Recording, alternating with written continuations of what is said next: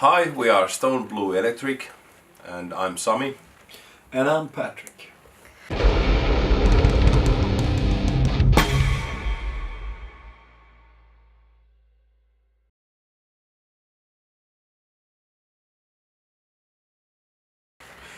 Sure, we've known each other for a long time, me and Sami. We started out playing together about 15 years ago.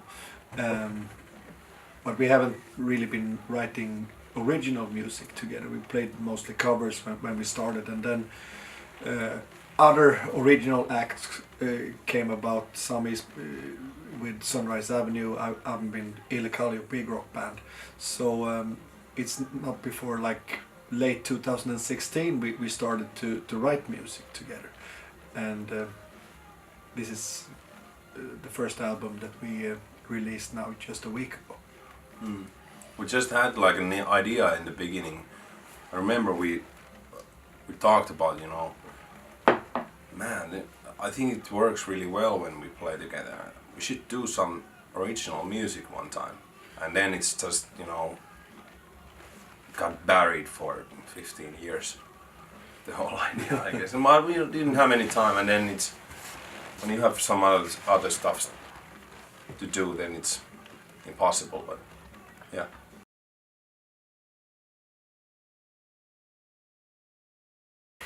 I'm not sure if we thought about that much. We just started to do stuff, and I grabbed the guitar, and then Patrik started to jam over it with the vocal stuff, and then we just came up with the, hey, this sounds like, us, or something like that. I think that there are, many influences with every one of us. We have like a lot of bands that we like, and I think that you can hear it in the music, and I don't think that you should even think about it too much. Just do it, and then that's how we started it. Like, yeah, it came really naturally, and I think we all have like our influences in the 70s, 60s, 70s rock and roll.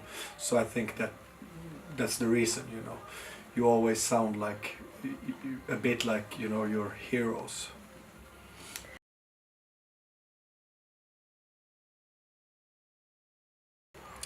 well, it's just like we sat down, and with Patrik most of the times came up with verse and a chorus, and started with just like really basic form of the song, and then we started to add some things, and then some song needed some C part, and we wrote it afterwards with Jussi, or even with the whole band, and then we just did like demos, nothing like, we didn't even, it was not supposed to be an album even, we just kind of, let's do something, let's record like an EP or whatever. But then it turned out that it was pretty easy for us, and then all of a sudden we have like 10 demos which are almost like ready. So we decided, hey, these are not just demos, these are the real thing. We just use these as a recordings and put these to music, right?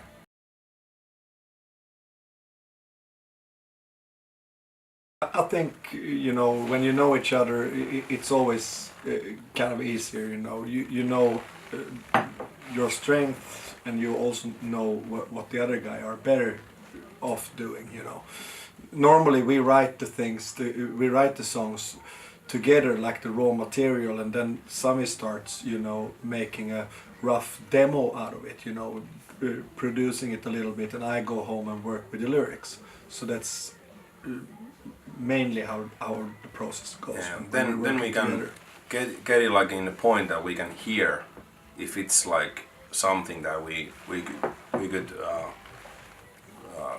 come up with the like even more stuff with the whole band, or if we need like, yeah, can you give some input in this one, or Jus, can you please try to like come up with the C part, something like this, but cooler, do your stuff in here, and then he comes up with stuff, and then it's all of a sudden, it's like after a while it's ready.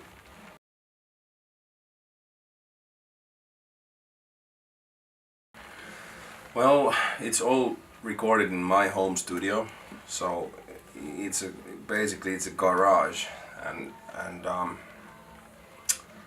I was working as a recording engineer as well, because I know my gear, and then it's like I didn't actually know how much it's gonna take time with guitars or anything, so we just started to do, and then we noticed that hey, it didn't take too long for the guitar sound. Maybe we should just record the guitars right away, like for this song, and then yeah, everything, and vocals is recorded in my place, and then we used I got two guys that are really. I talked with Sami Lehto, who's been mixing half of the songs, and we were straight away on the same page with the sound. Like we were like, so I was pretty sure that it's gonna be cool when Sami mixes it. And then for some songs we wanted something different, something more, even more aggressive or something. And then I called to Jesse Vainio, who I know for a long time, and I knew that he's gonna be great. So two guys, and mastering is Svante Forsbeck, who is really good as well. So. Yeah.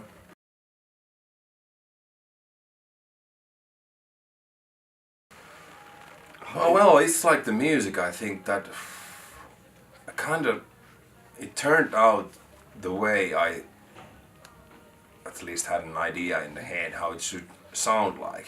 I mean, aggressive but not like too modern and not too old. I guess like a mixture of not everything. sure. But I think it is like handmade rock and roll. Someone said, Yeah. which I think describes it. And Describes it a bit. And I actually like that action rock, because it's kind of it has the I have never heard that before. I didn't even know that's like a style, but it doesn't matter. But it's really something like that. I mean, the sound and the songs are pretty aggressive, and you know.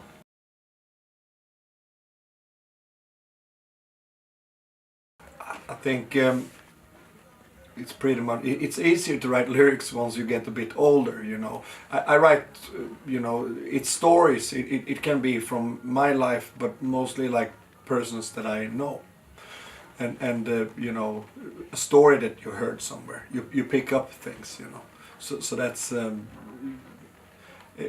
every lyric is a new story.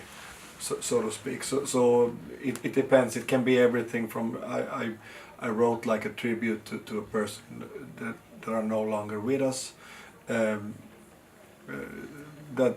That's one, and I'm pissed off to people who are taking stuff for granted. That's another theme. So it can be pretty much anything.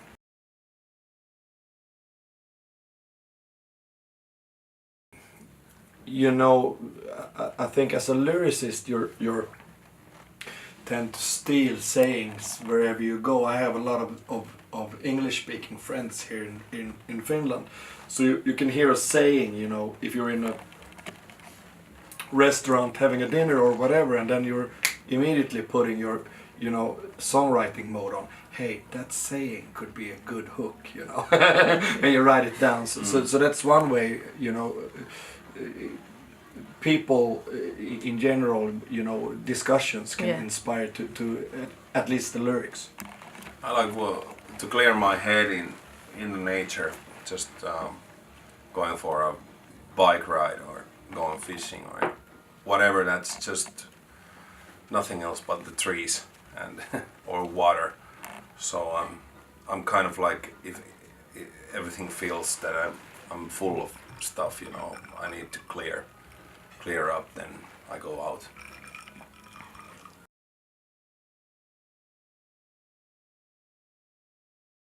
I love it, and I love the small clubs, and that's how we got started with Sunrise Avenue as well.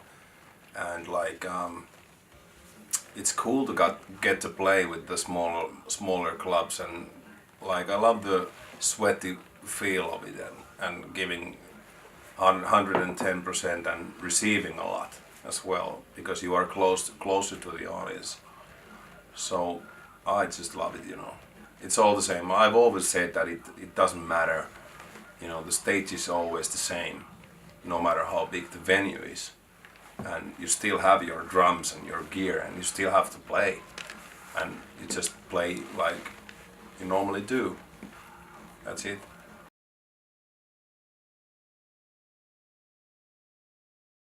Great. It was really good. It was really great. We got like almost full house there. Oh, It was wow. really nice.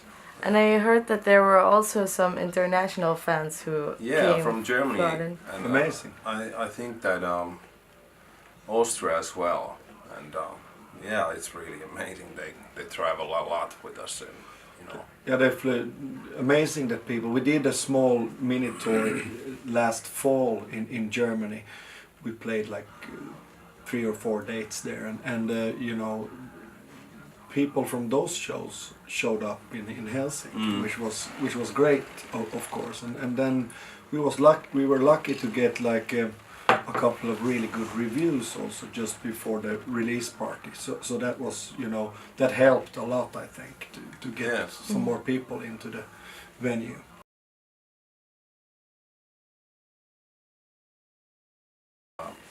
Music business, yeah, it's changed a lot. I mean, I don't know, because I mean, with Sunrise Avenue it didn't come overnight.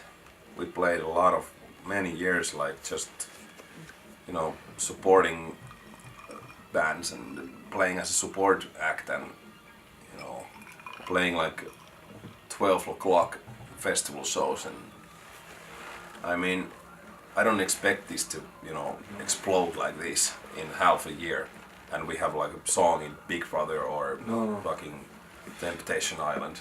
I don't expect that, and I just love everything that comes towards us. We are, if we get an opportunity to play live, I'm certain that we're gonna deliver. It's for sure. People in general tend to think that things are coming overnight. It never does. You know, you see an artist for the first time and wow, that artist became famous overnight. It's so much work behind it before anything of that will happen. And I think that's a good thing, because we've been around the block a couple of times, everyone in this band, you know, that we know that, you know, it really takes a lot of work to get somewhere.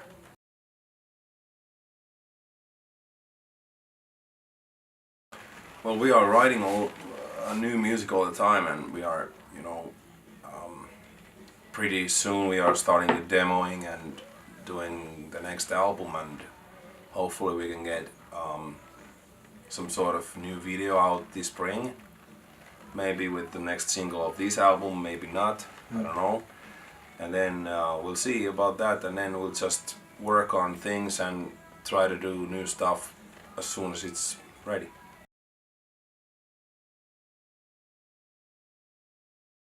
I'm so poor at that, you know. I had to learn everything.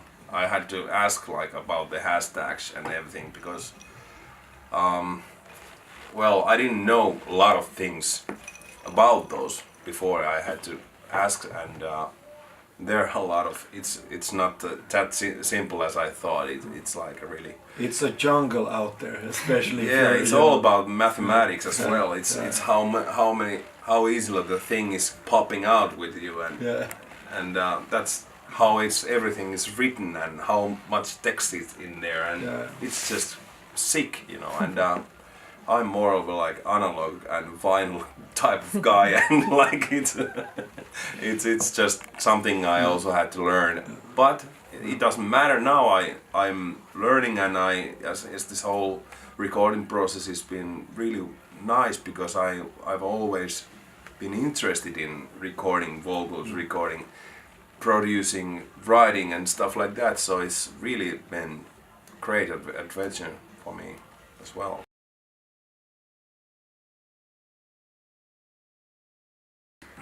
Yeah, in the limits that we have. I don't own an analog desk, so I can't mixing console.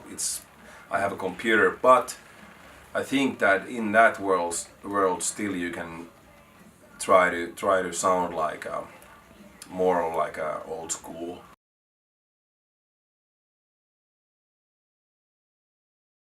And also like you know, nothing's fixed in any way with the computer, so that's one thing that we wanted to do. So if you like don't get a great take, it's gonna be this then, and that's what you have to be happy about, and that's what the whole thing brings. Yeah, it brings energy, and it's gonna sound like more down to earth and more like pure rock. I think it goes with every one of us, you know. At least, you know, the singers that I like, they're all over the place, you know. Otis Redding or Robert Plant or you know, the guys from the Paul Rodgers from the 60s and 70s. And you know, they didn't have AUTOTUNE or 12 takes per song. They sang or Beat Detectives or anything. They sang a couple of takes, and same goes with the whole band from those times. They recorded most of it, you know, live. Yeah. Which I think, you know, you can really hear in the sound. It makes it more alive. Yeah, and that's what we try to capture. So I'm really happy if you can hear the thing that it's should sound like there's only one guitar, or you know, then there's one overdub, but that's basically it.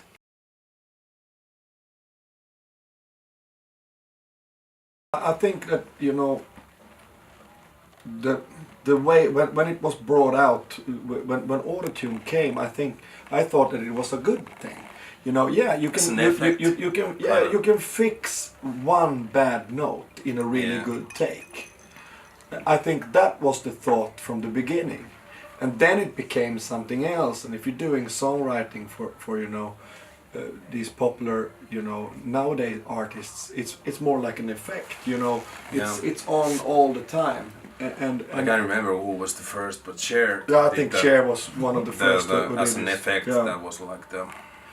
But now I think the record companies, they are like, something is missing. And then you put in AUTOTUNE on the whole track, and now it's perfect.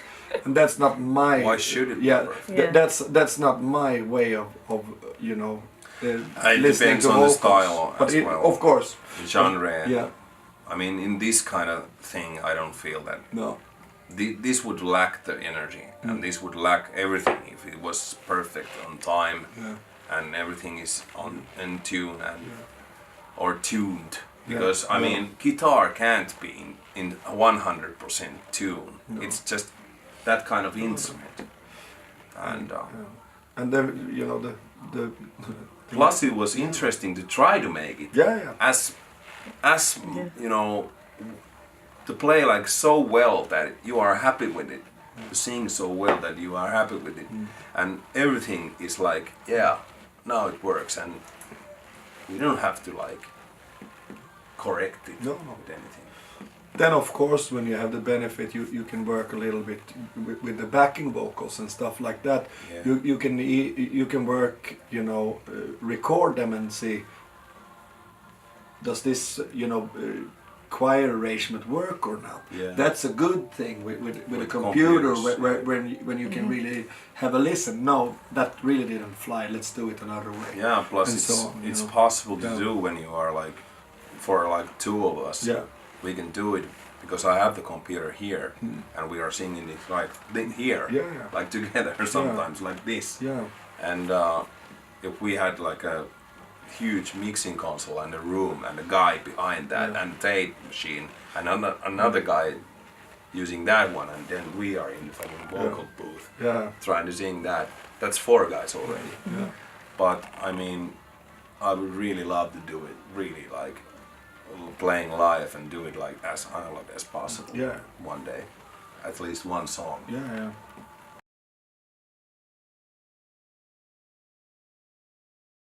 We're Stone Blue Electric, and check out our newly released album Speaking Volumes on any social platforms. Especially the physical.